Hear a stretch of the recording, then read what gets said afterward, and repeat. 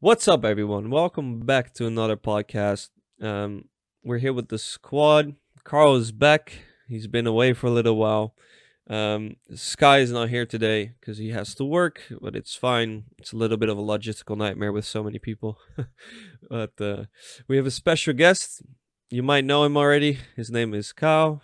How are you doing? I'm doing great. Thanks for having me on. It's great having you here. Yeah. Could you introduce yourself before we start the subject? Yeah. So for those who don't know me, my name's Kyle. I have a few YouTube channels. My first one I started in 2021. It was called Christian Simplicity. And that was really focused on my lifestyle, living below your means, minimalism.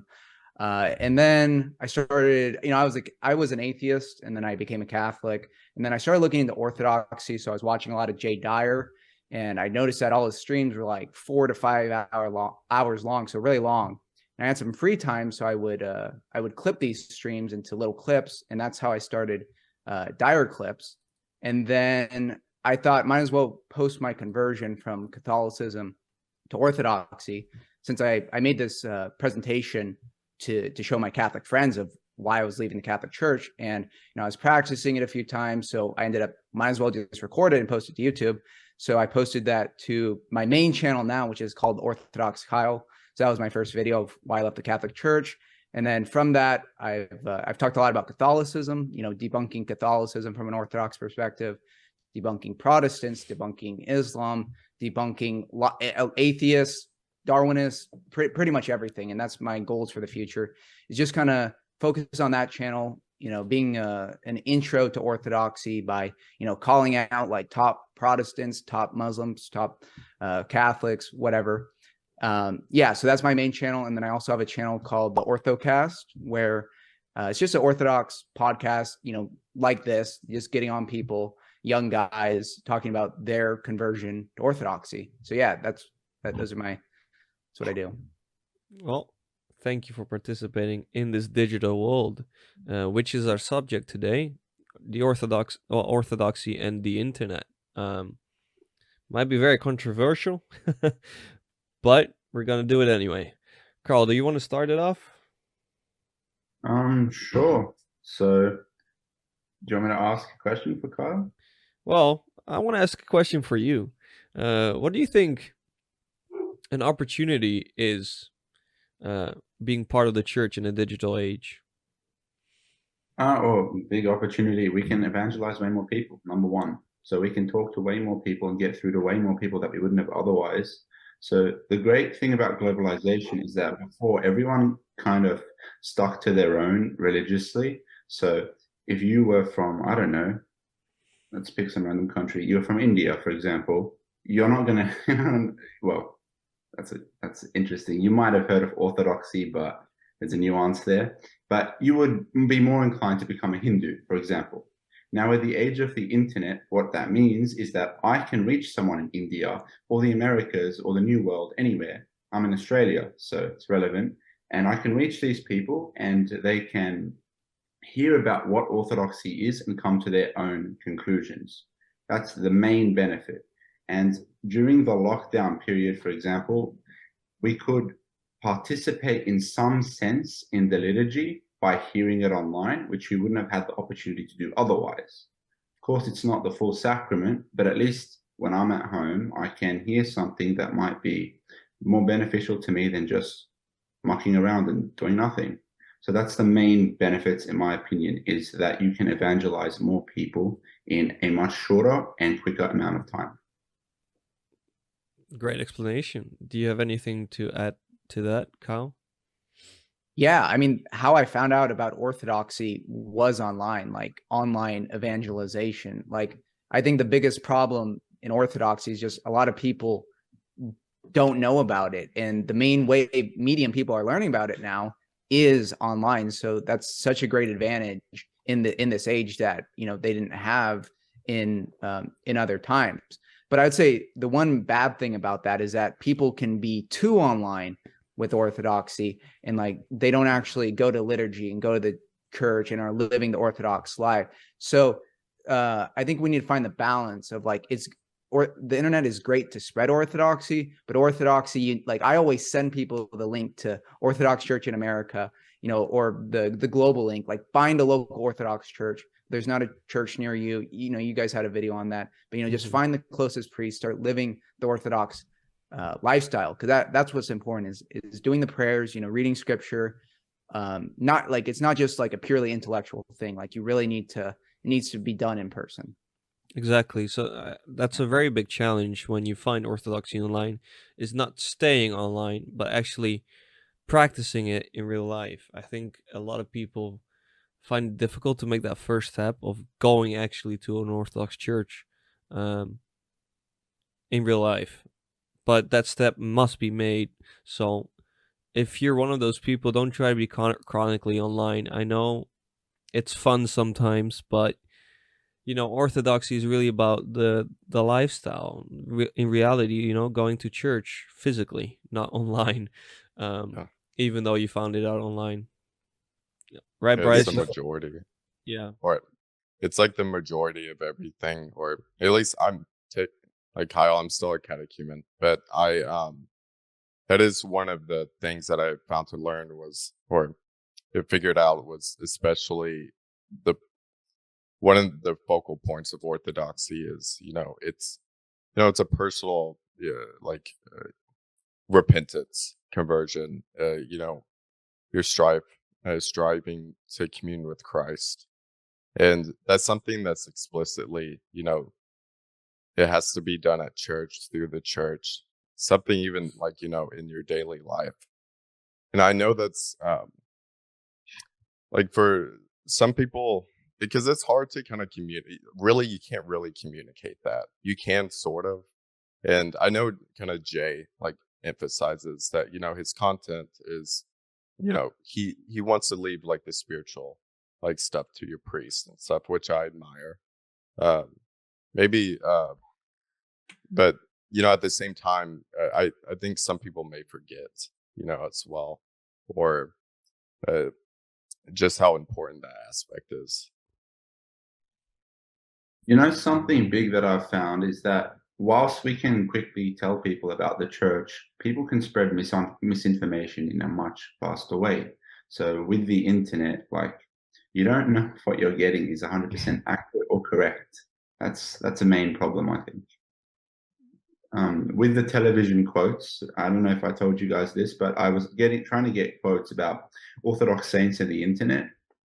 And I got a bunch of quotes, and when I tried to verify them, I'm pretty sure like half of them were just not real quotes. And they would say things like, I don't know, the internet is a demon, or, just quotes. Well, indeed. Talking about the internet being a demon, it's really important to use the internet wisely. It can be used for very bad things, but also very good things. So that goes with everything, basically. You can use a sword to mindlessly kill people, but also to defend your family. That's how we should see internet as well. And we as Orthodox Christians and content creators, we can have a positive, effect on people who watch or search for Orthodox content in general. Right, Milos? Exactly. Yes. Do you know any other challenges, maybe, Milos, that one could face on the internet with being part of the church in a digital age?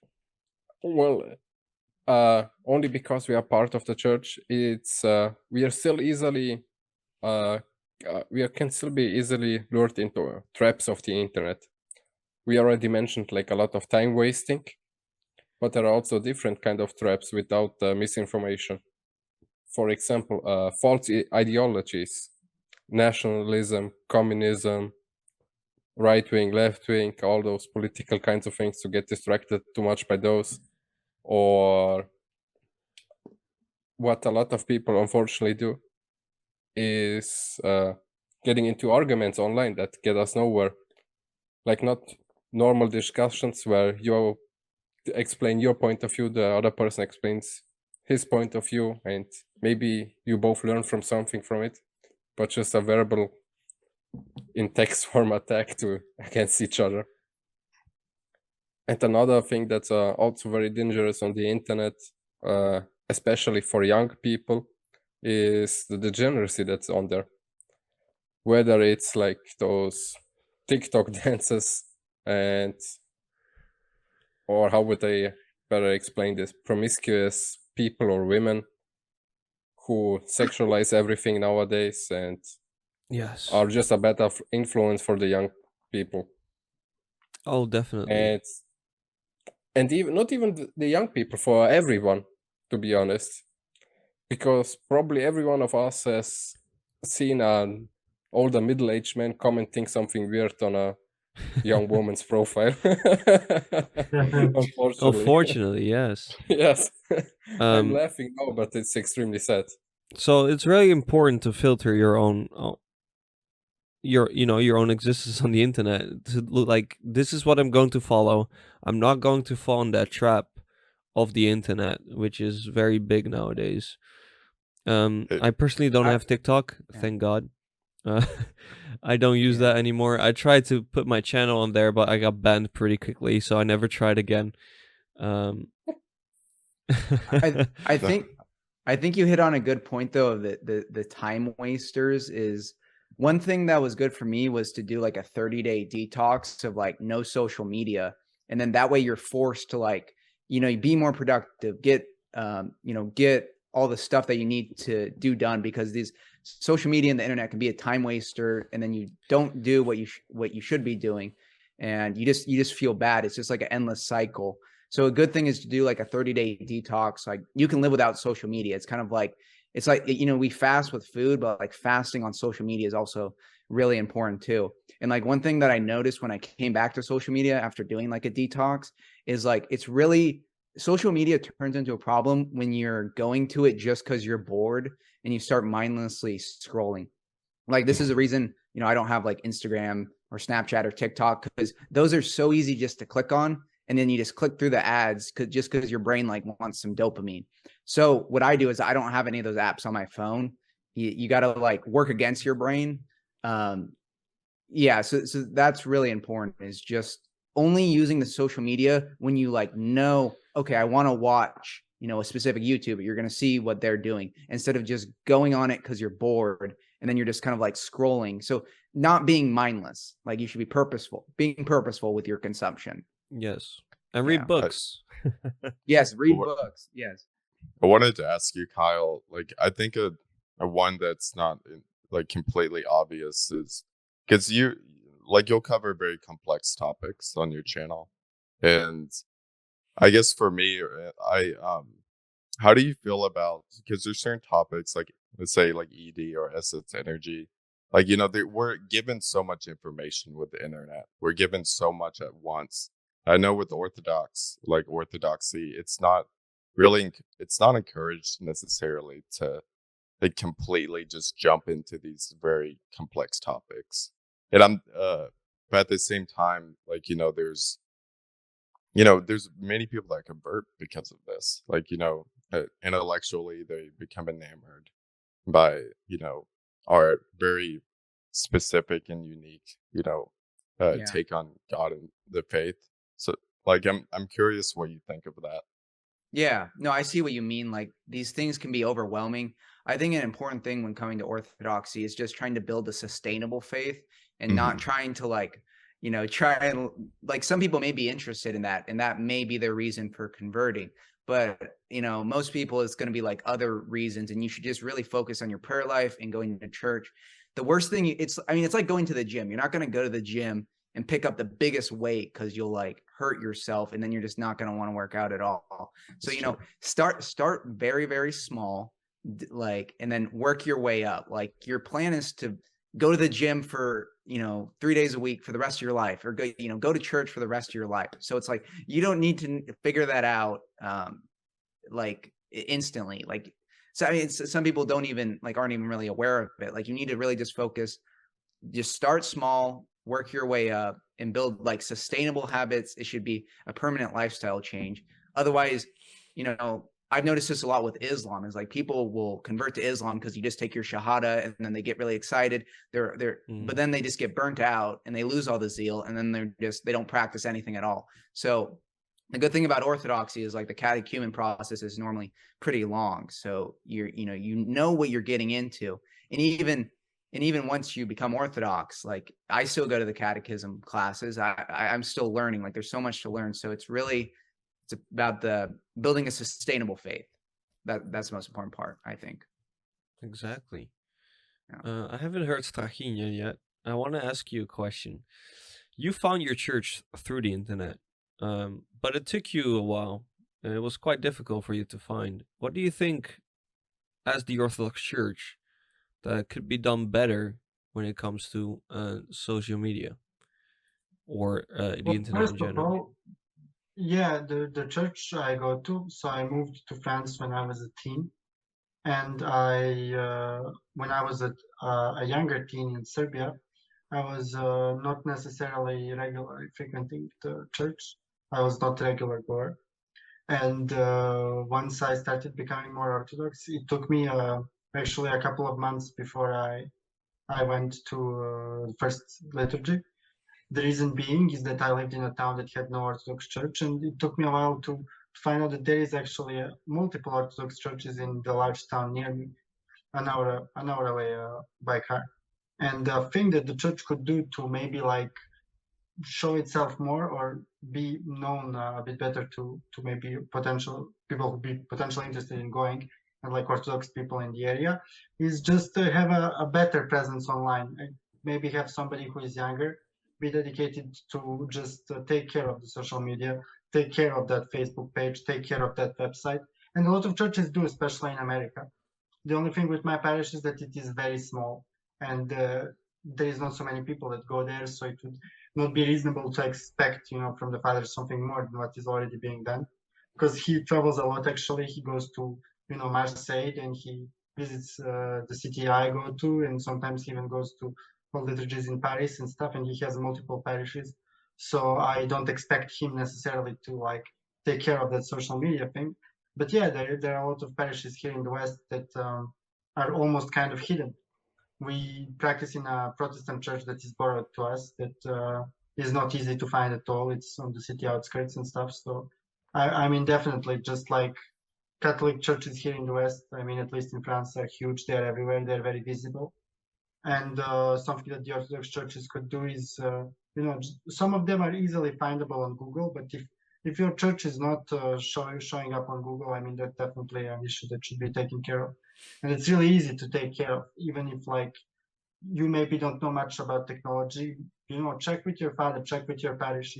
Is your church, online? Can somebody find it online? Like, don't need to create a website or anything. A Facebook page is enough. And if a Google search can help people find you, that's the best thing that can bring people to the church. So I definitely think that should be done.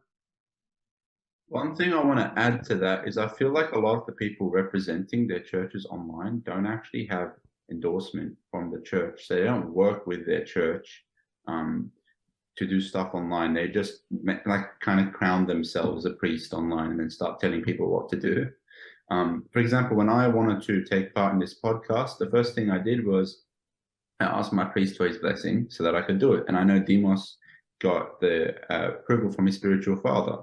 So I feel like when you want to do stuff online, especially if you don't know what you're talking about, you should work with the church, with your priest, and with the physical church. So don't just go online and be an Orthodox, and then the second you turn it off, just go back to playing a video game and never actually go to church itself. It has to be a balance between the physical church and then how you represent the church on the internet, which I think is the main problem, really. And if we could have someone, like you said, kind of maintaining websites, and the priest knows what he's doing and he's working with the real church, not just then the word Orthodox. Like there's a parish that he goes to that he is trying to establish or grow, that would be a great thing. But I feel that lots of people, especially as technology continues to get better and people are less inclined to go outside, especially with what's been going on. People forget that the church is not the internet. The internet is a tool that we use in the church, but it is not the church in and of itself. You've got to go to a real parish. So first step I'd recommend to anyone, like Kyle was saying, if they want to convert to Orthodoxy, I would, of course, send them some reading materials, but I would try and find them a parish, first of all. Not just, get through almost all the catechism process and then be like, okay, now you can find a parish. Oh yeah, definitely. I mean, when I was a young child, I for sure didn't know anything about, like theology or any of that stuff. I didn't really know anything about the history of the church, but I still enjoyed serving in the church, as an altar boy, just carrying the flag in the altar.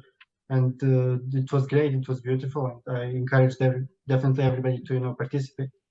Oftentimes people will not go to the parish or not look for the parish in real life out of fear and out of just like feeling that awkwardness, that weight about doing things in real life. But you really shouldn't. I really encourage people to get over that hurdle, just to go through with it. And once you do, it is really a great experience, and the people could not be more welcoming than the people that are usually in Orthodox churches. I mean, for lonely people, for shy people, it's kind of hard to pass that step and go do things in the real world. But I could not, encourage you more than taking that plunge, because it's definitely worth it. So important thing I wanted to add, guys, is make sure you're finding an actual Orthodox church. Because a lot of people go online, they look up closest Orthodox church, and then they end up somewhere that's just not in communion with us. Like, I know in France, there was some weird thing with the French Orthodox Church or the Celtic Orthodox Church. They don't have anything to do with us, even though they've got Orthodox in the title. So you want to be really careful that you're actually going to an Orthodox parish. So Yes, definitely. Yeah, definitely. Orthodox Presbyterian. Yeah, even Orthodox Presbyterian exists nowadays. People are just throwing Orthodox on everything. So you really need to be careful and definitely ask someone who's actually Orthodox already to if this is a legitimate church. It can be really intimidating at first, like to go to an Orthodox church, especially when you look at the website and it's not very clear. But I mean, every experience that I've had has been really good. I've been to Greek church, Serbian, Palestine, Russian, and I've found there's good people at every single parish. And I think it's really important, to go to your church and then not just to like leave after liturgy. Like, you should stay after. I mean, what I like about Orthodoxy is they have the coffee hour, they have the lunch, so you can actually get to know some people. And, it is hard at first. Like, it took me like a few months to, get to know some people, but it's really important because you're kind of the church, you're supposed to like work out your salvation communally. So it's really important, I think, to find, have a connection, with your priest, at least some people at your church, and like really be a part of the community. Like, it can be something like joining the church board. It could be offering to help at the altar, like all of these things. Like, priests need the help, the church needs the help. Like you were saying with the website, if you have some basic website knowledge, like just making the website less intimidating for new people, like little things like that, like just help your local church is gonna be so important. Like, help your local church grow its online presence instead of trying to just try and so I think that's really important. But Yeah, so I think that's an important point. There's so many times that I've seen a church website which is basically from 2006 or something, It's good that they have it, but it doesn't really attract people that much. So if you have very good skills when it comes to, programming, IT, making websites, etc., definitely help your church out. They need it. And usually the priest doesn't know how to do it because he's, a little older. So if you have those skills, definitely offer it to your church board or your priest, etc. I think that's very important. I think that's a great point with the aspect of participation, because my priest wanted me to wait like longer in my catechesis specifically for this, because he wanted me to really kind of like get in my head that this is more this is a community. This is like legitimately like your family. This like participation, and you know, I want you to be baptized with everyone else, because like I could have been baptized earlier, but like he's specific, and there's nothing wrong with like being baptized on your own, but like he specifically wanted me to understand this. And because I was sort of in an arrogant state, I would suppose. And but it really, like, I'm so grateful that he did do that, because that's such an important part that you don't really you don't really get an idea of it online, and it's specifically through the church. Mm-hmm. You know, you begin to learn that. Exactly. And I want to go to the next one, the YouTube channels, because, you know, a lot of things can be very good about the internet. And the thing that's been rising lately, mainly on YouTube, is the Orthodox presence, even by clergy, which is absolutely amazing, because we need more clergy on the internet, talking about various stuff, so people can watch that, like Father Spirit and Bailey, Father Peter Hears, Father Josiah Trenham.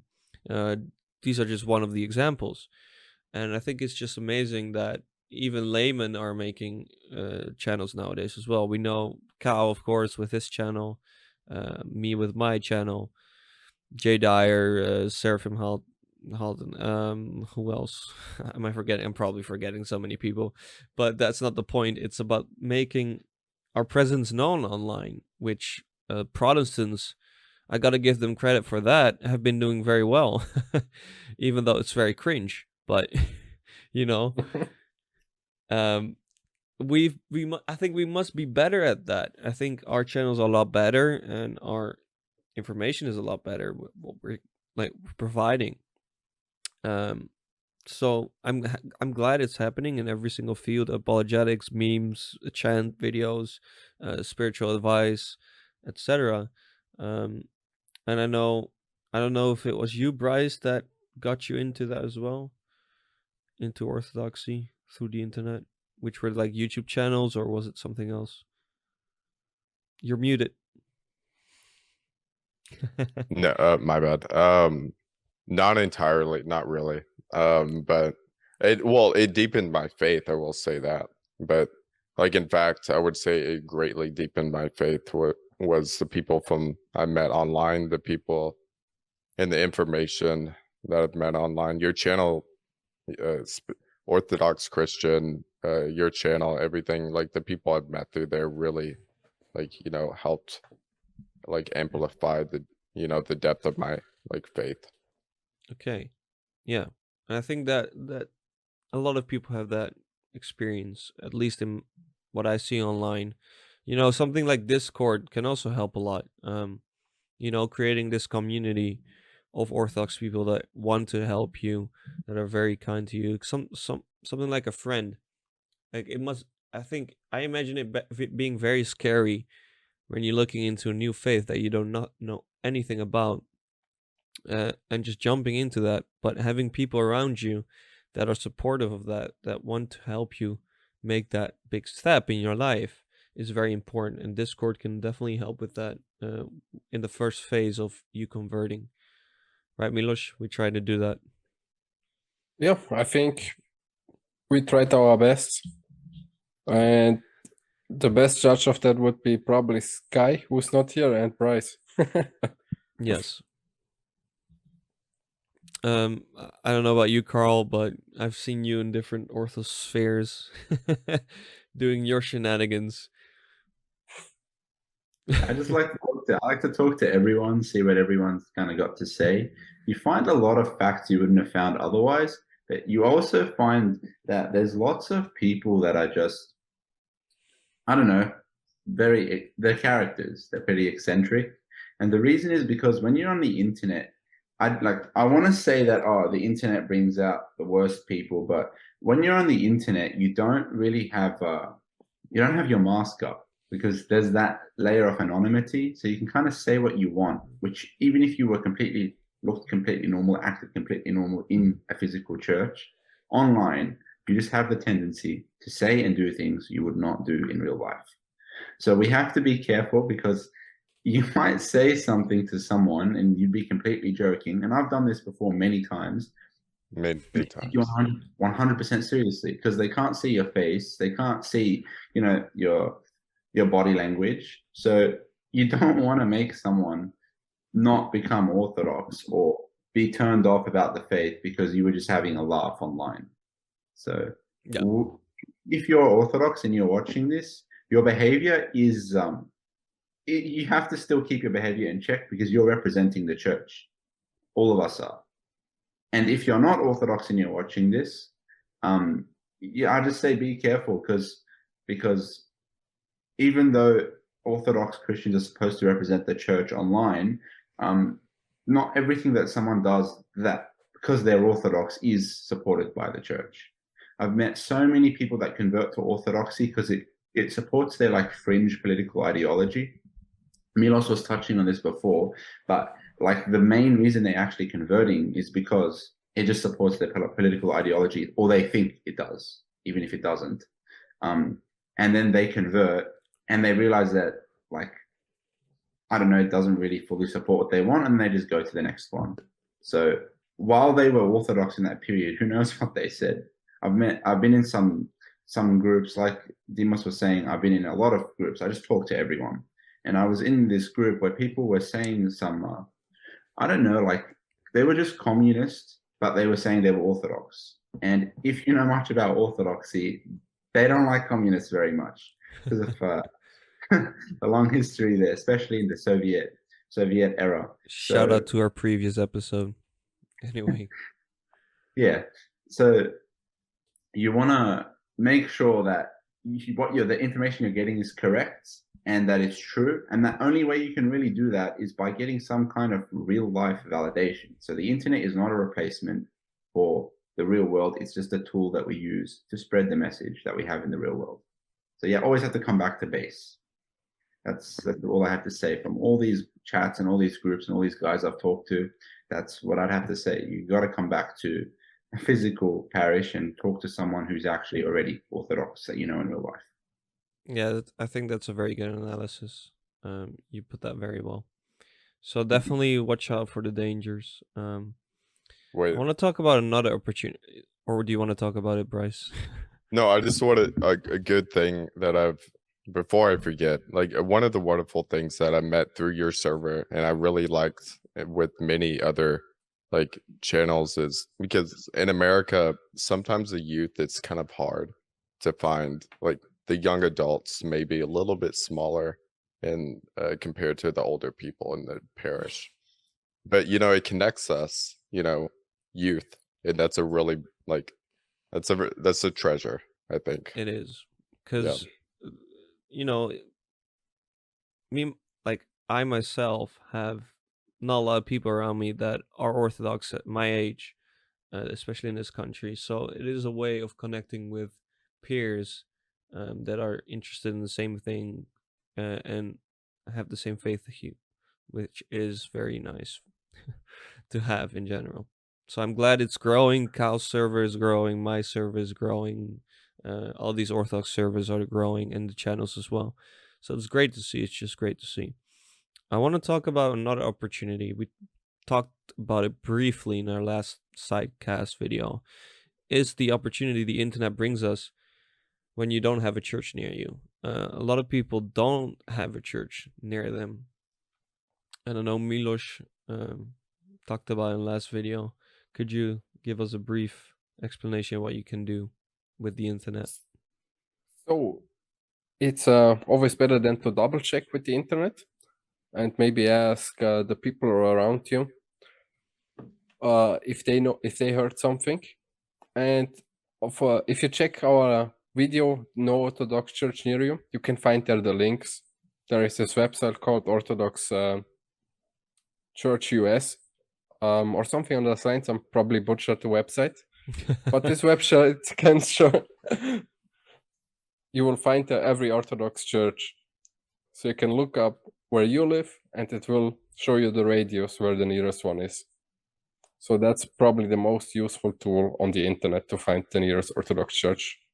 But what if you don't have any church near you, what do you do? If you don't have any church near you, you can, for example, contact an priest online. There are many on Facebook, Discord, Instagram even, and how Dimos already mentioned, on YouTube. So I see on a lot of YouTube videos of priest channel, they answer in their comments as well. Not only make the videos, they are engaged with their communities. And of course, in every Orthodox server on Discord, you find the actual priests who you can also ask for advice.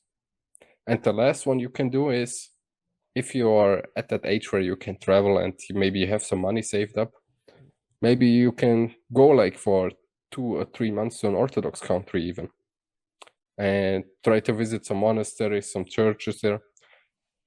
Try beforehand to contact maybe the local Orthodox churches there, if somebody speaks your language or English, so they can help you and translate everything with you and teach you about the Orthodox Church.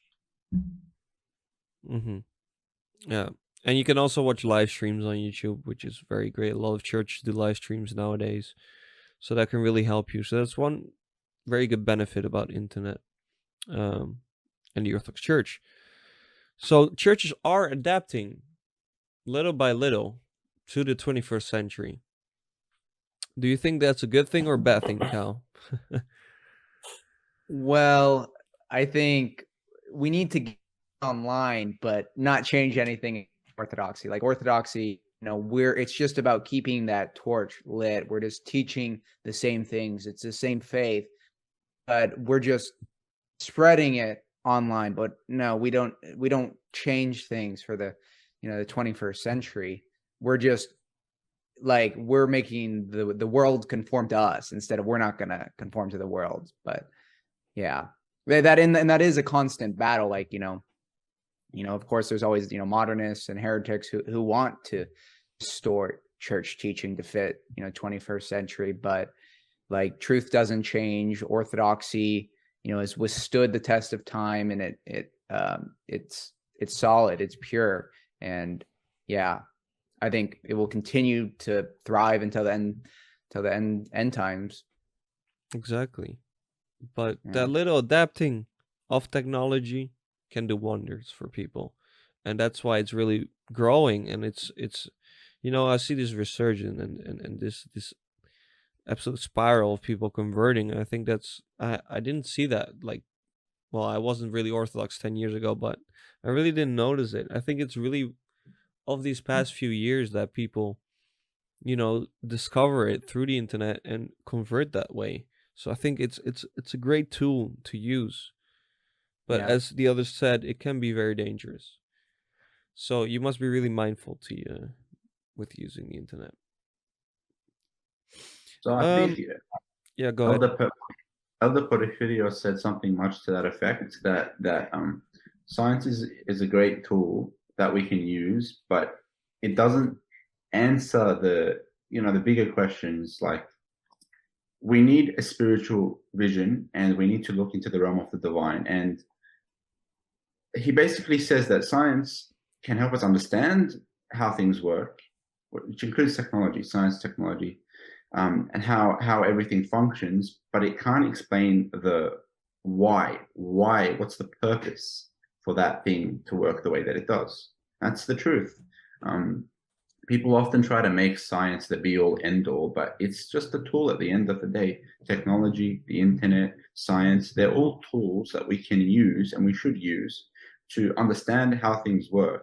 But at the end of the day, the tool does not define the purpose. Like, if I see something that looks like it does this thing and I examine how it works, I don't know why it works or why it was put there. So I think it's important that we look at what the saints have to say about technology, because people often kind of go off the grid and just come up with their own opinions. Like I said, someone told me the internet was a demon, and I was like, okay, thank you for that. But when you read what the saints say, most of it comes down to the same thing: that the technology, internet, it's a tool, it's beneficial for us if we know how to use it. It has many great dangers, but if we utilize it properly, it can be a great potential for the church to expand and for us to learn something. So going back to Elder Porphyrios, he always used to carry, when radio was invented, he'd carry a Saint. transistor radio and hold it to his ear and listen to the church radio station, for example. And whilst other priests might have been skeptical at first, they began to realize while he was doing this that, you know, radio had potential. Like he could hear what was being broadcast from such a far distance away. So how better they could evangelize if they could talk to people they wouldn't be able to actually reach otherwise. That's all I had to say. Just I wanted to bring that anecdote. With a saint, someone. Yeah, I think one thing that I fell into is like you start, like, I don't know, when I first became a Christian, you kind of had the tendency to think there's certain things that are evil, like there's certain things in this world that are inherently evil. But I think, you know, learning about, you know, creation, the point of creation, nothing is inherently evil. It's all about how we use it. Like evil isn't, it's just the lack of the good. So all the evil things, or like even, you know, the bad people, like everything has something good in it and nothing is inherently evil. And I think that's an important thing to remember. It's how we're using these things. Everything that we have can be used to glorify God. Like the internet can be used to spread orthodoxy. It can be used to spread heresy. It doesn't mean the internet's inherently bad. I don't think anything is inherently bad. It's all about rightly ordered, like rightly ordered design. And that goes with our desires too. Like the desires that we have, all of our, like, they aren't inherently bad. It's all about, you know, having self-control and using things in the proper way. Exactly. The internet can be, you know, a passion or a blessing. You choose really how you use it. I think Saint Ignatius put it very well. He said, we should use all things in this life, including technology, as tools to help us grow closer to God. So he talked about technology and how we can use it to grow. And that's the only way we should use it. Maybe you can use it for entertainment as well, you know, look up funny clips or watch a movie, but, you know, definitely use it to help you grow close to God. And I think it's definitely better than television, which you have no power. Like you have no power. Like you cannot choose what to watch on. You can choose. You can zap, but they choose what to put on television. So I think Father Spirit and Bailey did a video on television lately. I think television is a lot worse than the internet, in my experience. Yeah, definitely. I would like to add something on that theme. You know, you touched upon the younger generation being a lot more interested in maybe spirituality and straying a lot further from the tendency of the two previous generation of our parents and our grandparents, who were mostly in the West here against the church. I think that's largely due to the, like, Zoomer generation, if I may say that, being able to choose the content that they will consume. And in schools now, and like universities and mainstream education, they're trying to restrict, you know, your access to things on the internet, your access to different media, and that really does infantilize, like, the user, and makes him definitely less prone to go towards good things, because, like, the openness, and as you said, can be a blessing or it can be like a curse. But I wanted to share maybe some, like, practical advice I personally used in like my just simple day-to-day life to use the internet better. I think that could be of good value to our listeners, because I feel like for me personally, the main danger with the internet was the time wasting aspect and like the distraction it can be. Even if you're getting into something really beautiful like Orthodoxy, or if you're getting into maybe discovering as a teen, like a job you'd like to do, a career path, learning about something, reading books and stuff, it can be a distraction from your, you know, physical life, your real life, the life you're living, you know, praying, talking to your loved ones, and just, you know, living your actual life. And I feel like the best advice for that is, like, if YouTube is a problem, you can monitor your watch time with the YouTube app on your phone. I feel like that's a really good concrete tip to implement. I really believe in installing like color grading software on your screens. My phone right now is black and white, and I like it that way. I feel like I'm gonna be less prone to watch, like, for me it's YouTube shorts. Like, I'm very prone to just mindlessly scroll on YouTube shorts for a really long time, especially if I'm in the train or something. And it's time that could be spent, like, studying scripture, listening even to like chants, or just doing something that would be a lot more productive for me. So I feel like just, color grading, setting the phone to black and white is another really good tip, apart from monitoring your YouTube time. Also, you have a lot of apps, like Chrome extensions, I think you call them add-ons, that help like restrict certain websites for yourself that you can do. And they are kind of hard to remove. So if you're really struggling with the internet, that's something I use during the lockdown personally, to spend like more time with my family, less time online. I restricted some websites, and I'm sure people can find those extensions. I'm not personally going to promote any particular one, because it We doesn't have no really matter which sponsorship. one you use. Yeah, Yeah. we have no sponsorship. If they are not giving us money, Yeah. we're not mentioning it. They No, I'm need to kidding. start donating to the church, right? And then we can like maybe give a little shout out to a brand or two. But yeah, just use any brand, and those things really do help.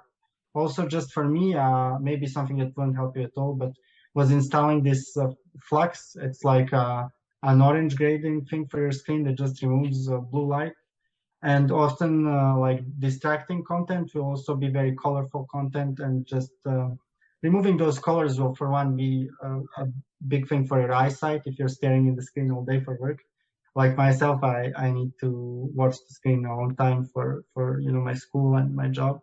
So just implementing those little things, like those little practical tips, is a really good thing. I mean, I don't want to share too much, but like if you're having a good life hygiene, having a good, like, outdoors life, meeting people in real life and stuff, I mean, implementing those little tips should help you, like, not really get addicted online, not really start wasting time. I mean, the biggest thing is, once you discover something, once you get started into something, not let it go, and like stick to it in real life, and really try and stick to those commitments. Like, if you discover a beautiful Orthodox book online, don't download 10 more books.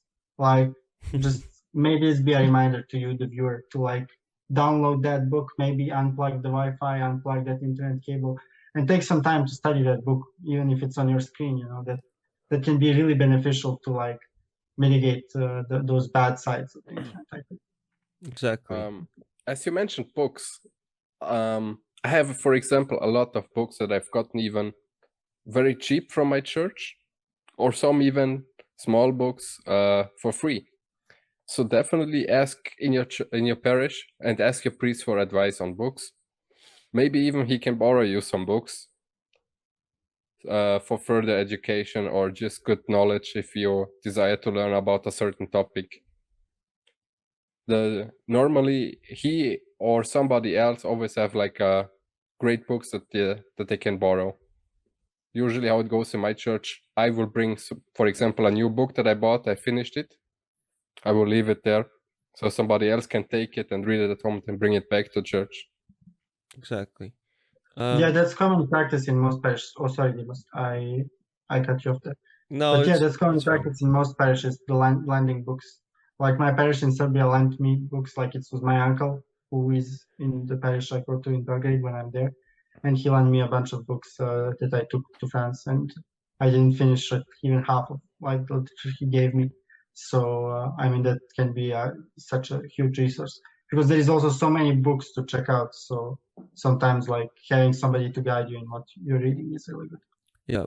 Before we wrap it up, these guys gave their advice. Kyle, do you have any advice to give, listeners on how to use or navigate, the internet as an Orthodox Yeah, Christian? I think he covered an important point, that knowing that these apps and everything, they're meant to be as addictive as possible. Like, all the colors, the short feature, like the reason why the videos just keep replaying is because like it just requires less effort for your brain, and then it just makes, like, everything is geared to make it as addictive as possible. So you need to be conscious of that these things are they're basically like psychological warfare on your brain, and especially like the content that we're seeing. I mean, more in like TVs and movies and ads, like, it is propaganda, it's social engineering. So just being aware and just being conscious of what you're watching, the app that you're using. It could be something like using a black and white filter because they make everything, the colors pop more. It gives you, gives your brain more dopamine. And how like your brain kind of works is that, like eating a piece of cake, it like feels good, but then like you want another big piece of cake. It's never like satisfying. And that's how you get addicted to things. That's how you get addicted to social media, because it gives you that hit, and then you want like a bigger hit. So you keep looking, and that's how you get addicted. Versus like, that's called hedonic happiness, versus like there's called eudaimonic happiness, which I think is like being a Christian and like living a satisfying life. Is like, you don't feel like you need to like keep indulging on these things to get that hit, because you're just satisfied. So yeah, I would say just be aware of what you're consuming. Be aware that it's meant to be addictive. It's meant, like, everything is purposeful. And so like you kind of got to be conscious of it and like think, I don't know, like reverse engineer it, or like just think about what you're consuming, just being mindful about your social media consumption. It can also be things like everything that you do, you should just like kind of reflect on how you're living your life. Like how much, like, there's so many things that affect our happiness, how much sleep you're getting, being chronically online, if you're working out, the food you're eating, like being conscious about, like if you're eating a bunch of junk food, like all of these things, just be conscious of everything that you're doing, and you can adjust your lifestyle, and it can make a huge difference. So thank you so much. I want to. Yeah, oh my God, I cut you off again. I'm so sorry. No, go But ahead. yeah, I was not really structured, but like a good thing I could do that Kyle reminded me of here is like just structure. I can comment like the tips I gave a little bit more structured, as in bullet points. I think I'll do that, and that could really help people. So I think I'll get to. I think that's great. I want to thank you, Kyle, for coming on here. I really appreciate it. For giving us your time to talk about this important topic, especially for younger people. Carl, I'm gonna give you the last word. What do I have to say at the end? Not sure. I just give us one sentence. One sentence that basically gives a summary of this podcast. Use the internet wisely. It's not a demon. It's a tool that you can use for your own advantage and spread the church with. And thank you, Kyle, for joining us today. Yeah, Thank you. Kyle. yeah, thanks for having me on. I'd love to come on again sometime. For sure, we'll have you in again. So thank you everyone for watching or listening. Have a great day, and God bless.